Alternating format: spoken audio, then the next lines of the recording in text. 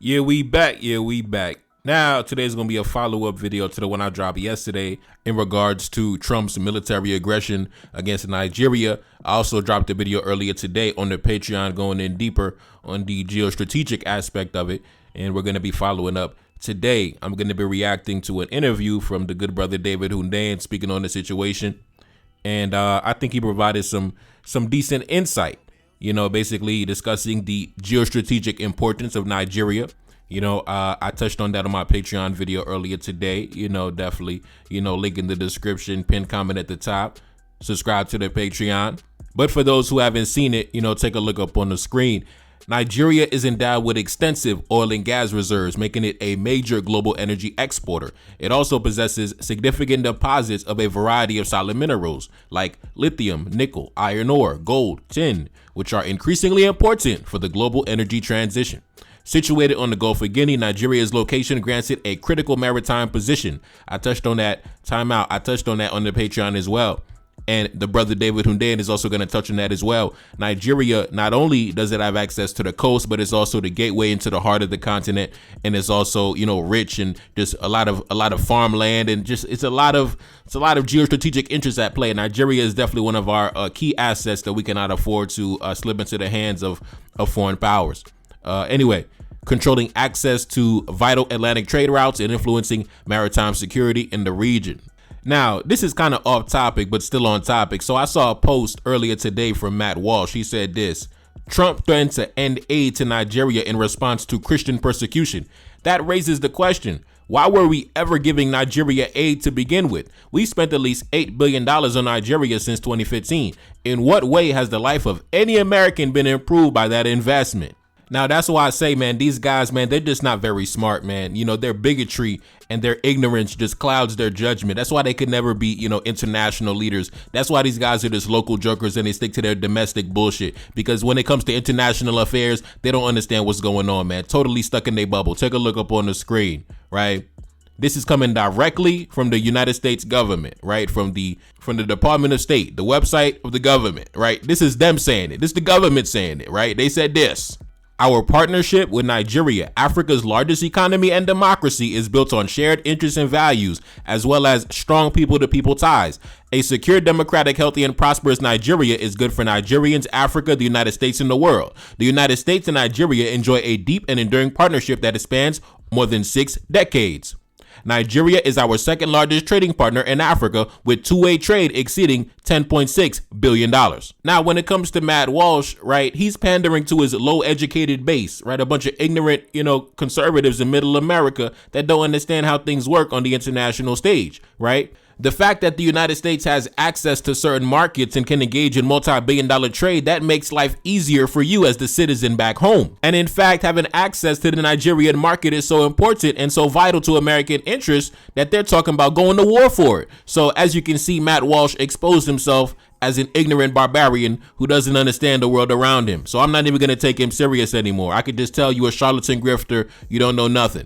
Anyway, let's continue. Let's jump into the video with the good brother David Hundan giving his analysis and breakdown, and I'm going to be reacting to it, and I'm going to come back. Let's go. The goal in Nigeria is to completely dominate and to completely own. And the reason for that is Nigeria sits at a strategic choke point in Africa. Nigeria is the gateway to the Sahel, right? So Nigeria is one of the few West African countries where like half of the country is coastal West Africa, the other half is Sahelian West Africa.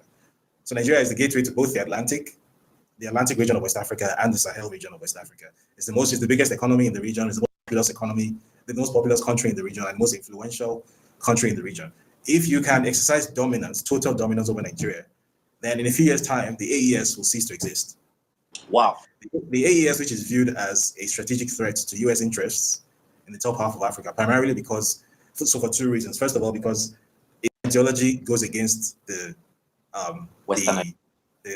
idea of Western capitalism, which is that Africa must remain a place that supplies cheap natural resource inputs and nothing more.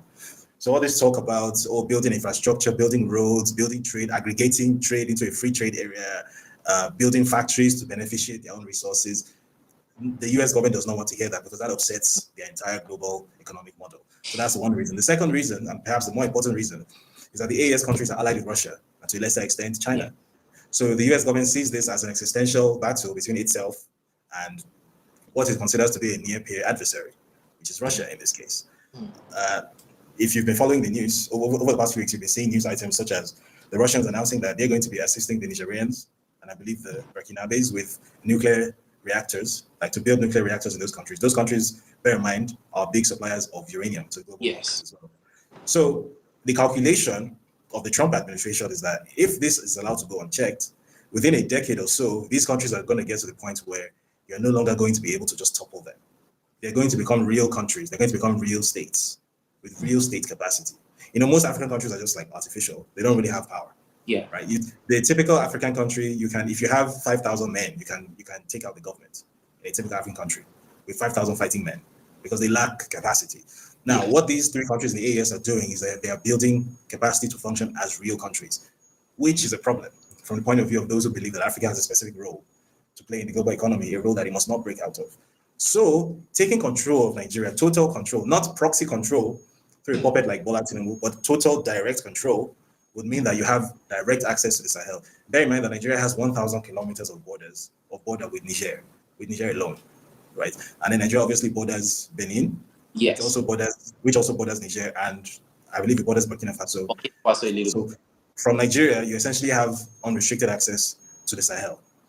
Now, when you have unrestricted access to the Sahel via Nigeria, something else that a lot of people are also it does that people are not connecting is that the world's largest US consulate, where is it being constructed? In Nigeria. In Lagos. And not just in Lagos, on the coast of Lagos. This is a consulate which is going to have access to the sea. Right. So all manner of this, so it's going to be one of the world's biggest CIA black sites, first of all. And all manner of things will be coming in and out, which you and I will have no access to. We will not know what is being brought in and out of our country, including weapons, including people, including equipment, all sorts of things. All of these things can be transported to the Sahel. Nigeria has 1,000 kilometers of border with the AES. All right, we back. Now, I love what the good brother said, and I mentioned that before. The strategic importance to Nigeria, starting with the location, right? As you can see, it sits right off the coast, got a lot of coastline, and it's a gateway right into the heart of the continent. Something else that he said within a couple years' time, the AES will no longer exist if the United States goes into the region.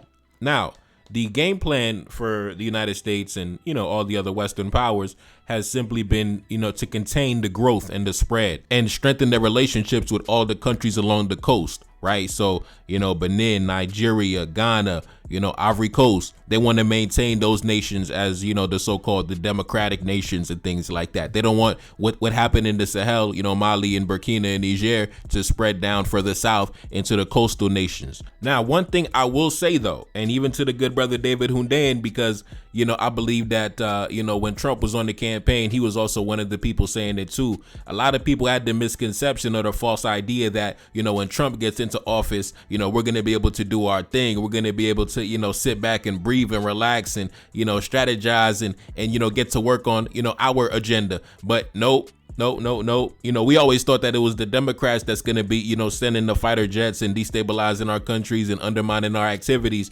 But, Trump, just got here. He talking about, attacking Africa. He ain't even waste no time, right? First year, we attacking the continent. And on top of that, he's doing it under the cover of religion on top of that. And I mentioned it before on my Patreon as well. The pretext that Trump is using to go into Nigeria is actually very similar to the pretext that Kagame has been using to go into the Congo. What does Kagame say when he wants to go into the Congo? I have to protect the marginalized communities, the victimized communities going through a genocide in the Congo.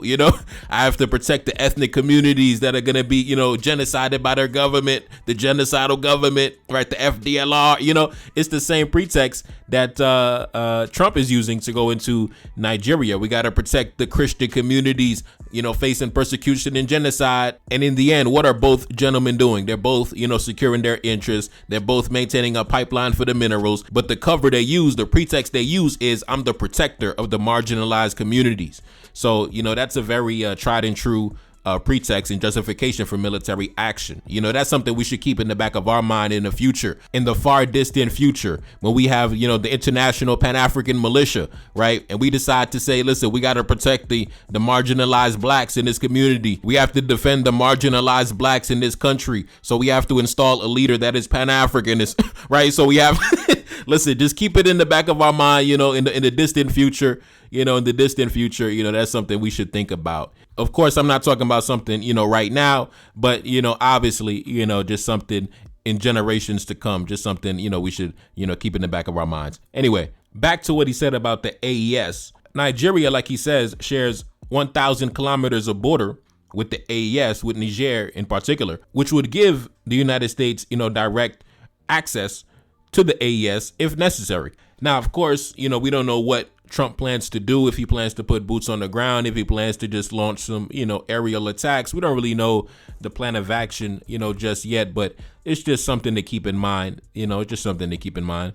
Now, I have seen articles where it does say that Trump, you know, hasn't ruled out the possibility of actual boots on the ground. Now, if there's actual boots on the ground, that's when, you know, it could be problematic. But if it's actual boots on the ground that we're going to, you know, set up shop for a long-term period of time, yeah, that's something I do believe that could also be going into the undermining of the AES. Now, of course, it would make sense to use Nigeria in that aspect because that's their biggest partner in the region. They can't really afford to lose their biggest partner in the region in terms of their economic partner. I believe Niger was their biggest military partner. They had a, you know, multi-million-dollar drone base in Niger until the military government came to power and kicked them out. Now, imagine losing your biggest economic partner in the region. That'd be a major blow to the U.S. diplomacy. So now it seems like they're taking, you know, direct action to not only contain the growth of the AES, but also to make sure that Nigeria doesn't fall out of its sphere of influence, because that would be, you know, definitely wouldn't be good at all.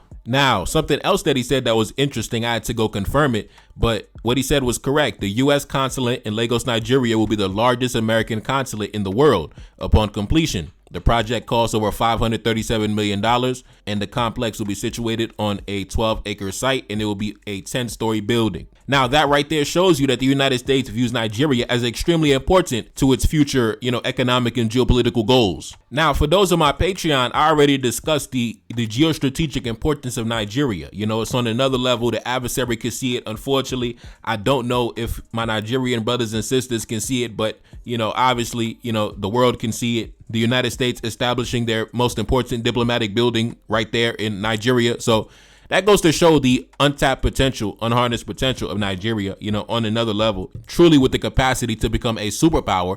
And because the United States can foresee that, they're already, you know, making sure that they already have, you know, a position, you know, a seat at the table, so to speak, by establishing that massive consulate in Nigeria.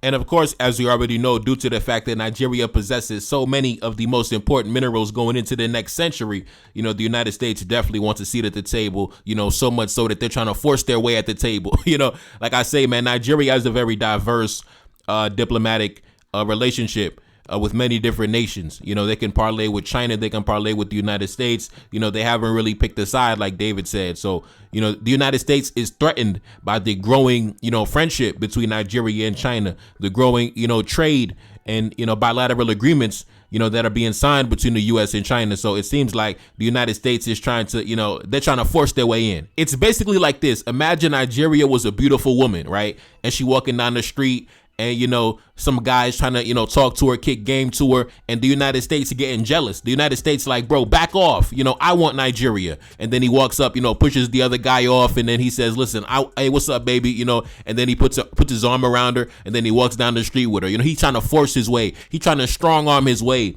into the arms of the beautiful woman, right? He want the beautiful woman, but he don't want to just get it, you know, fair and square. He want to strong arm the beautiful woman. You know, come with me, baby, come with me. That's what we're seeing right now, you know, with Trump and the United States. They see Nigeria is a beautiful woman, got a lot of value. They're trying to strong arm her so other guys don't have her. Unfortunately, what the United States doesn't understand is that Nigeria doesn't belong to the United States. Nigeria doesn't belong to any foreign power. Nigeria belongs to African people, right? Nigeria belongs to our people, right? So at the end of the day, one thing we have to understand when it comes to African politics, and I say this to all foreign governments, I say this to all foreign corporations, multinationals, is that never get too comfortable. Never get too comfortable, because there will always, you have to always keep in the back of your mind that you never know, one day a black man might come to power and everything might just get set upside down, right? One day you might wake up and your companies are being kicked out the continent. You know, one day you might wake up and the military and security agreements are being cut off, right? We can just take a look at France, for example. We saw how things came crashing down for France so quickly, right? So that's what I would say to any of these foreign powers that are trying to embed themselves into the continent. Never get too comfortable. Never get too comfortable, because you never know when, you know, a Pan-Africanist might just, you know, come to power through the democratic elections, or he might come to power through, you know, unorthodox means. But you always have to keep that in the back of your mind. Never forecast too far into the future, because you never know what unpredictable things might happen. But anyway, Was that for like 500 years or so, the entire economic relationship between Africa and the Western world, or the global north, has been that Africa is the source of the raw materials. And the global north, or Asia, is where those things are beneficiated, and is where the real economic value is captured. Now, you have this crazy Nigerian billionaire who has built a refinery, and now the US is now supplying the raw material to Nigeria, and then the majority of the economic value is now being captured in Lagos by some Nigerian guy. That's already bad enough. And then what makes that even worse is that the refineries in places like Rotterdam are already reporting that their businesses are suffering as a direct result of this guy's mega refinery. And as if that's not bad enough, this guy then comes and says this refinery, which is already the largest single train refinery in the world, and he's going to upgrade it from 600,000 to 1.2 million barrels a day, and it's going to become the largest refinery in the world, period.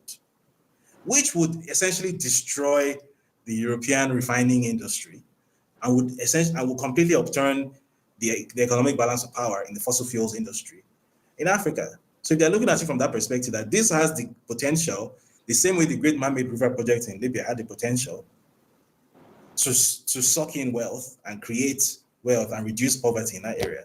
So this thing is something that needs to be got rid of. So if we're unfortunate, that's simply what they'll do.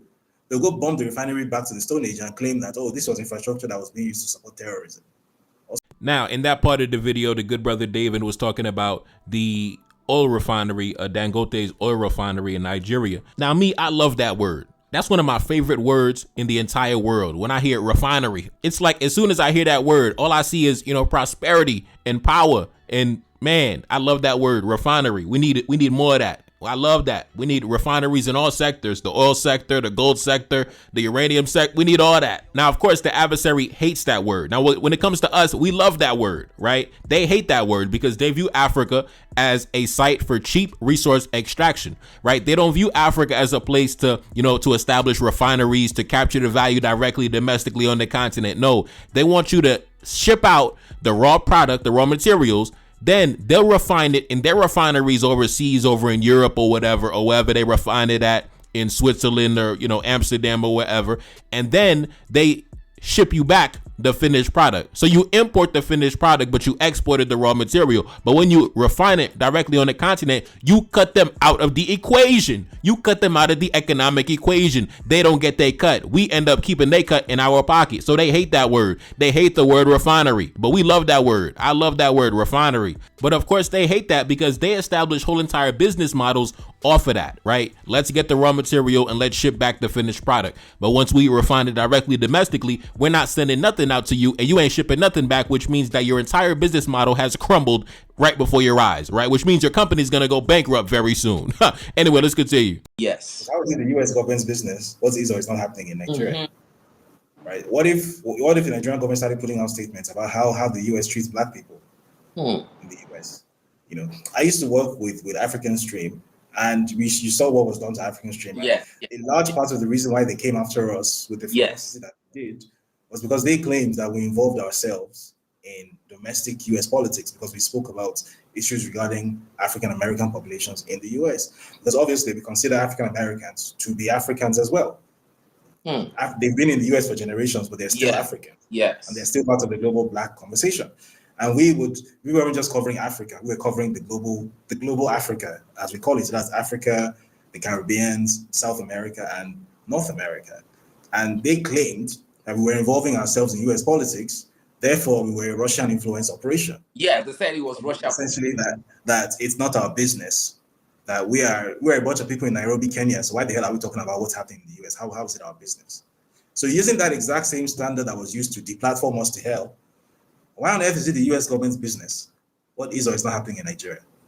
Since when did Trump care about, some black Nigerians who are calling themselves Christians somewhere? Since when did Trump care? Since when did Eric Prince care? Since when did, what's his name, Marco Rubio care? Since when did Thomas Massey care? Yeah. What's that? Since when did JD Vance care? Now, I love what David said. And honestly, the Nigerian Minister of Foreign Affairs, whoever he is, he definitely dropped the ball, because that's how you should have fired back. That's how you should have fired back as soon as the United States, because Trump was talking crazy in that announcement. Trump called Nigeria a disgraced country. Like, he was talking spicy. But the Minister of Foreign Affairs should have came back and said, listen, how can you point the finger at anybody, anywhere on this continent, when we see your history of human rights abuses against the black population in your own country?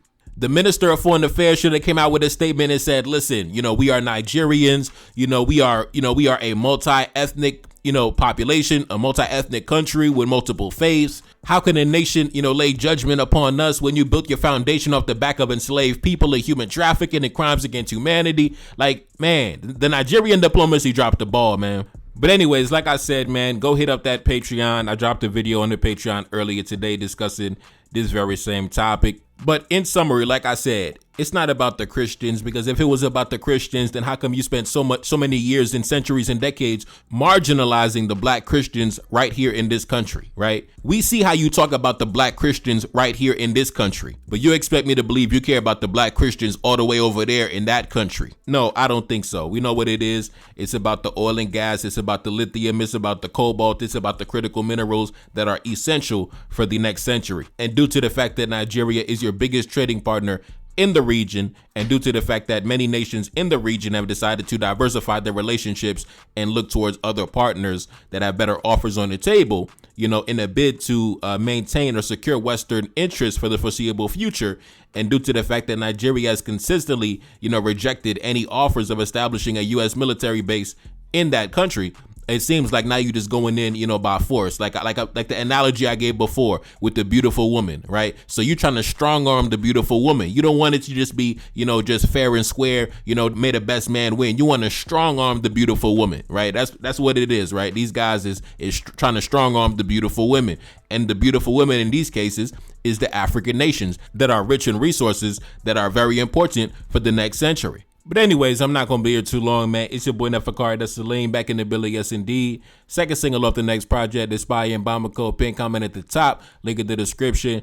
Subscribe to the Patreon, NTD1814, and I'm gone. Peace. Feel like a see me, I feel like I'm Saudi or ran up on Yana in the middle of Bamako. Enemy line, they claiming he innocent. Don't do no talking, I gotta move militant. Don't do no talking, I hit him with facts. 1804, bringing it back. 1804 like I'm Mother Cap Henry. King with the vision, the crown never empty. Top of the mountain, my soldiers defend me. Ducking and dodging the foreign intelligence. Hitting my dance on the DGSE. Dodging they traps, still on my feet. Feeling impeccable, feel like I'm shining. Go to my neck and I'm flooded with diamonds. Go to my neck and I feel like a mess. Feel like a lion, I'm in the savannah. Feel like the king when I'm up in the jungle. Never defeated, I never been humble. Come out victorious every encounter. Money machine give me help when I count it. Money machine stack it up in a beat. Heart of a king and I ride for the team. Weight of the world got it stuck on my shoulders. Bet you can feel it, my heart getting colder. Yeah, gotta stay focused so when it's in shots I gotta react. Cause I'm a target, I'm under attack. Grabbing a weapon, I tell her get back. Mission exposed, secrets unfold. Enemy try but I'm still in control. Got your boy sitting in Bamako prison. Hoping they wish we sending them home. Enemy know that we good under pressure. Been through the thunderous turbulent storm. Shorty a diamond, I told her she pressure.